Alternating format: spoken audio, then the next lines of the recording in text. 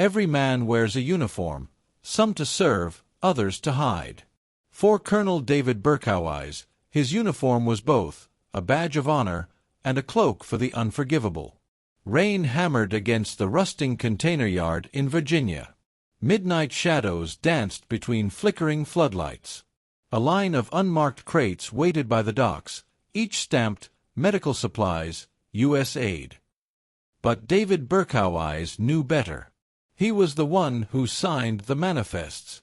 Inside those crates lay American-made rifles, stolen from military reserves, bound not for hospitals, but for a nameless militia deep in Africa.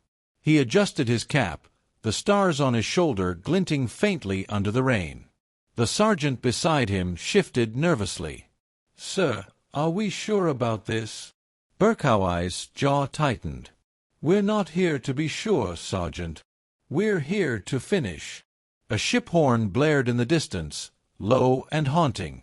And just like that, the containers vanished into the mist, carried off toward a war that America pretended not to see.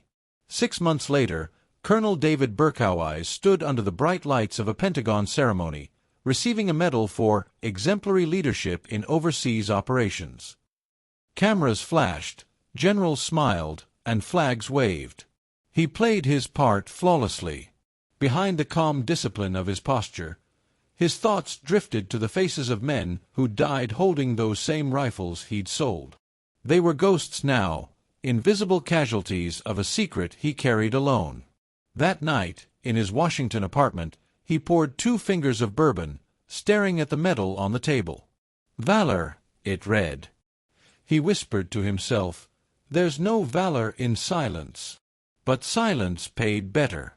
Rumors spread fast in the Defense Department, faster still among those trained to listen. A journalist named Mara Collins, sharp, unyielding, and relentless, had started sniffing around missing weapons reports from U.S. bases. Her article, titled "Arms Lost, Wars Found," was scheduled to drop within weeks. And David's name, though buried deep, was on one of her leaked manifests. He received an encrypted email that same night. "They're digging. Shut it down before it reaches D.C.K." K. The name made his stomach twist. General Kenneth Doyle. Mentor. Partner. The man who'd first opened the door to special operations funding years ago, when idealism still burned in David's chest. He closed the laptop slowly. Mara Collins wasn't the threat. The truth was. The next morning, David met Doyle in a private military lounge, where medals lined the walls like trophies of forgotten wars. "You're losing your edge, David," Doyle said, sipping his scotch. "Reporters. Their noise. Manage the noise." David leaned forward. "She's got documents, Ken. Export logs, shipment trails, unit signatures." Doyle interrupted with a smirk. "And who she's gonna tell? The same government that funded those ops? The same people who smiled while the crates left the docks?" David's voice cracked slightly. "We armed terrorists, Ken. Kids are dying in villages because of what we did." Doyle's tone dropped. "We armed allies, David. Temporary allies. Every bullet had a purpose." "Yeah," David whispered. "Until the purpose changed sides." A long silence followed, heavy, suffocating. Doyle leaned closer. "Remember something, Colonel. The Army gave you a life. Don't make it take it back." David stared at the general's reflection in his glass and wondered which of them had truly betrayed their oath. Weeks passed. Mara Collins' investigation vanished before publication. No article. No follow-up. She had gone missing. David received the news in the form of a small, unmarked envelope at his door. Inside was a press badge soaked in seawater. No name. No message. Just a badge. Something inside him broke. That night, he drove 3 hours south to the Norfolk docks. The sea air stung his face as he stood by the pier, the same one from 15 months ago. He stared into the black waves, haunted by what the world refused to see. The whispers in his head grew louder. You did this. You signed the orders. You made them disappear. A faint thud echoed from a nearby cargo ship. He turned. A flashlight flickered once, a signal. From the darkness, a hooded figure approached and handed him a drive. A familiar voice whispered, "Everything's coming undone, Colonel. They know." The drive contained files, hundreds of them. Shipment routes, bribes, internal memos, and photos of Doyle with arms brokers across multiple continents. And then, one image froze him in place. A group of African children holding M4 rifles. The serial codes matched his manifests. He closed the laptop, trembling. He could destroy the files and stay free, or leak them and bury himself. He didn't sleep that night. The bourbon glass sat untouched.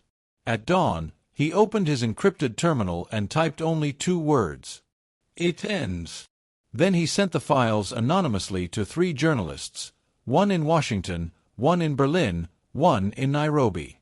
Within days, the story broke. U.S. weapons found in rebel hands. The headlines exploded. Congressional hearings followed. And in the center of it all, unnamed but implied, was a man whose fingerprints touched everything. That man was David Berkowitz. Doyle called him one last time. His voice was calm, detached, almost admiring. "You think you saved something, David? You just burned the house down with you inside." David replied quietly, "At least I'll die knowing what side I'm on." The call ended. 2 hours later, General Doyle's private jet exploded midair over Delaware. No survivors. The news called it mechanical failure. David called it insurance. David knew the game. The government never forgave traitors, especially those who told the truth. He fled D.C. under a false name, vanishing through rural Virginia, renting an old cabin by the Blue Ridge Mountains. For the first time in 20 years, he wasn't wearing a uniform. No rank. No orders. Just the echo of every choice he'd made.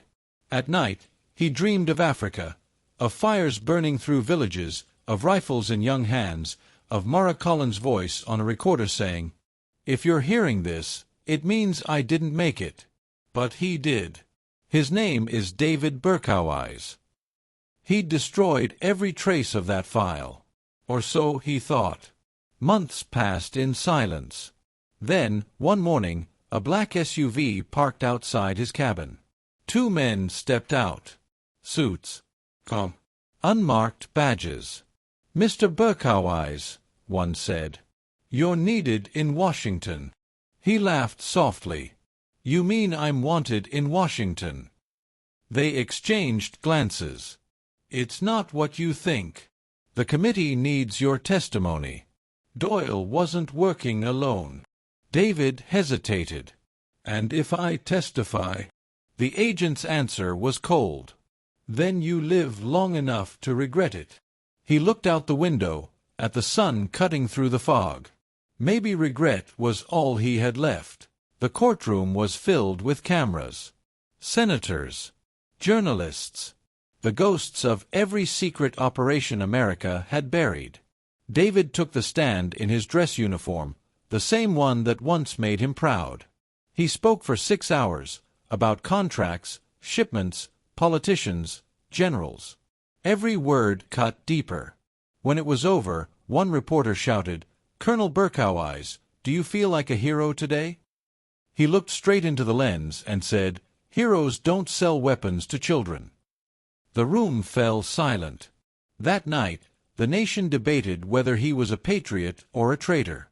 The truth, as always, was somewhere in between. 2 weeks after the hearing, David disappeared. His cabin burned to the ground, leaving no remains. Some said the CIA moved him under a new identity. Others swore he'd been silenced by those still in power. But a photo surfaced online months later, a grainy image of a man in Morocco, wearing sunglasses, standing near a port where American weapons had once been traced. No one confirmed if it was him. Years passed. The scandal faded, replaced by newer wars, newer heroes, newer lies. In a small village in Africa, a young boy found an old rifle in the sand, engraved faintly with a serial number and the words, "Property of U.S. Army." He picked it up, looked at the horizon, and whispered, "Who made this?" Somewhere, perhaps thousands of miles away, a man stirred awake from a dream, heart-pounding, haunted still by the same question. Was he ever truly the good guy? In war, truth is the first casualty. In peace, it's the last to be buried. David Berkowitz vanished, but his story didn't. Some say he ran. Others say he was erased. But one thing remains certain. In the Shadows of Valor, no man leaves clean.